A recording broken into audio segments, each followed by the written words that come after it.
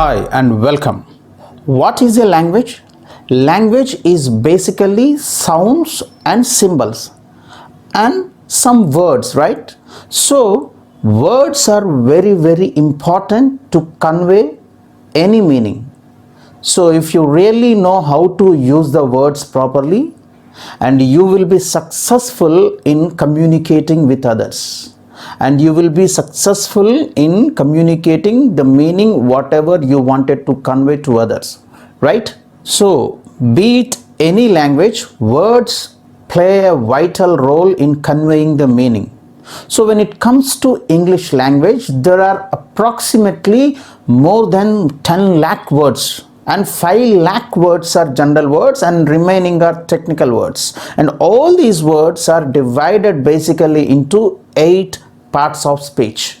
So these parts of speech helps one to use the words properly and understand the words properly and to improve English communication skills. So in this video we are going to learn English parts of speech. So shall we start? But before we start, I'd be really very happy if you please click on the subscription bell and like buttons, and do share the videos so that I can come up with many such kind of videos in the future. And if you're ready, let's start. Welcome back. Each part of speech explains not what the word means, but how a particular word is used in a sentence, which means a same word can be used as different parts of speech in different sentences. So one word can be a noun in one sentence, a verb or an adjective in other sentences. So we cannot decide the part of speech of any word isolatedly. We have to see the word usage in the context in a sentence. Then only we can say whether that particular word is a noun, verb or an adjective. So usage of particular word in a sentence is very important. For example, books are made up of paper, glue and gum. In this particular sentence, the word books is used as the subject of the sentence and it is a noun. And if you take the next sentence, Satish waits patiently while Venkat books the tickets.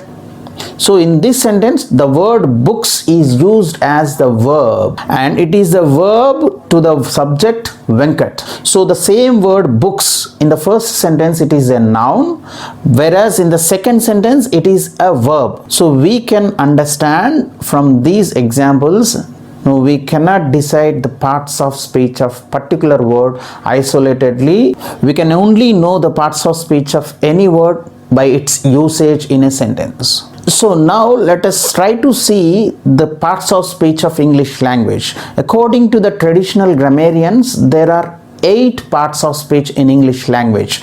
They are: number 1, noun; number 2, pronoun; number 3, adjective; number 4, verb; number 5, adverb; number 6, preposition; number 7, conjunction; number 8, interjection. These are all the 8 parts of speech. Now let us try to know about each one briefly. Number 1, noun. Noun is the naming word. Nouns talk about the names of persons, things, animals, places and ideas or events.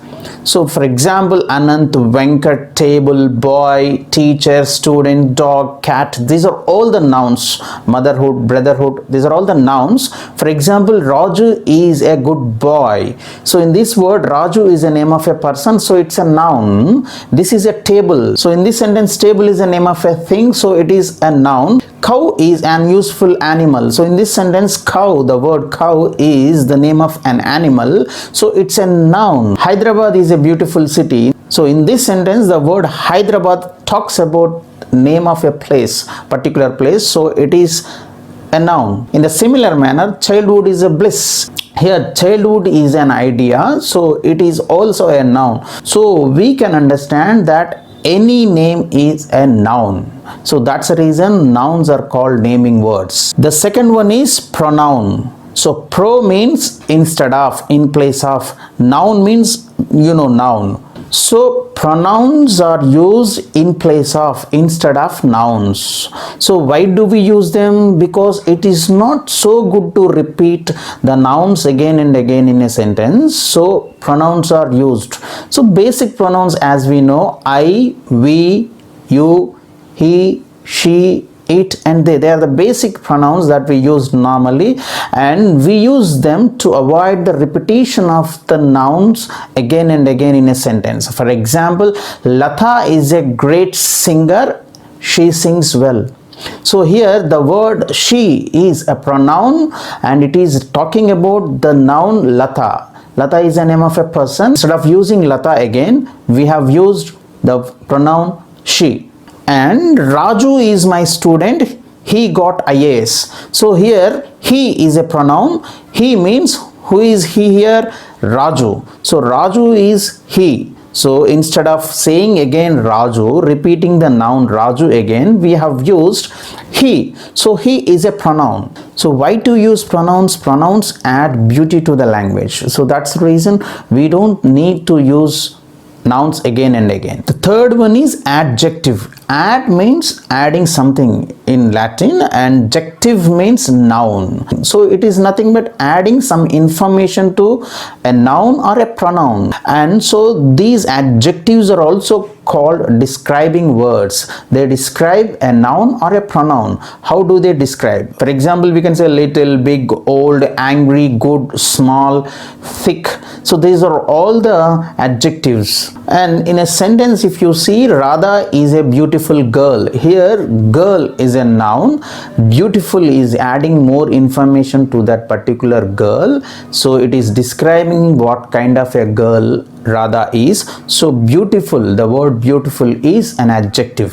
Raju is an intelligent boy. So here intelligent is describing what kind of a boy Raju is, and so it is adding extra information to the boy. So that is called adjective in this particular sentence. It is a hot day. So what kind of a day it is? Hot. So it is giving extra information about the day. So that's the reason it is called an adjective. So all these words are describing the nouns here. So they are called adjectives. The fourth one is verb. The fourth one is verb. So verb is very, very important in English language. If you really understand the verb clearly, and I hope you would be successful in speaking good English. So verb talks about cap. C-A-P. CAP means C stands for condition or state of being, A stands for action, P stands for possession of a person or a thing. So CAP, cap, where do we wear the cap? Normally we wear on the head. So verb is also given greater priority in English language. If you really understand what exactly the verb is, you really understand the entire English language. Let's understand verb in a sentence.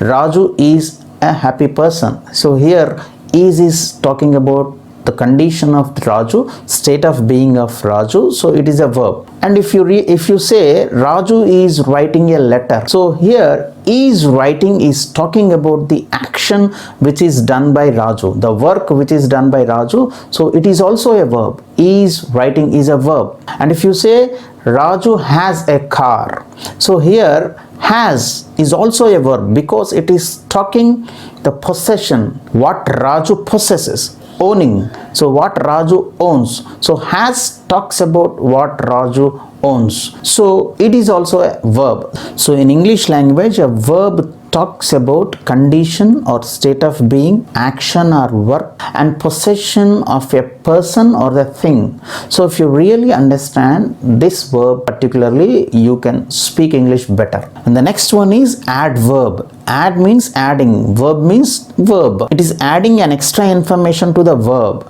Not only verb, they add extra information, additional information to adverbs and adjectives also. So adverbs describe verbs, adjectives adverbs. Hardly, carefully, badly, these are all the examples. Normally an adverb ends with ly spelling, right? If you see an example, Ramesh came late. Here came is a verb, right? And late is giving an extra information about came. So late is giving an extra information about the verb came, so it is called an adverb. And the next sentence, Ramesh came very late. So here the word very is giving information about late, and late we have already discussed, it is an adverb. So here very is giving more information about an adverb, so it is also called an adverb. Ramesh came very late. In this sentence, came is a verb, late is adverb, and what is very? Very is also an adverb because it is qualifying, giving an extra information about late. How late he came? Very late. So very is giving an extra information about late, and late is adverb, so it is qualifying an adverb. Very is also an adverb. And in the next sentence, the chicken is too hot. Hot is an adjective and which is qualifying the noun chicken, and whereas too is qualifying hot, it is giving extra information about hot. So that is the reason to is called an adverb, because it is qualifying an adjective hot. And the next part of speech, sixth one, is preposition. Pre means before, position means noun. So prepositions normally come before nouns or pronouns, and what do?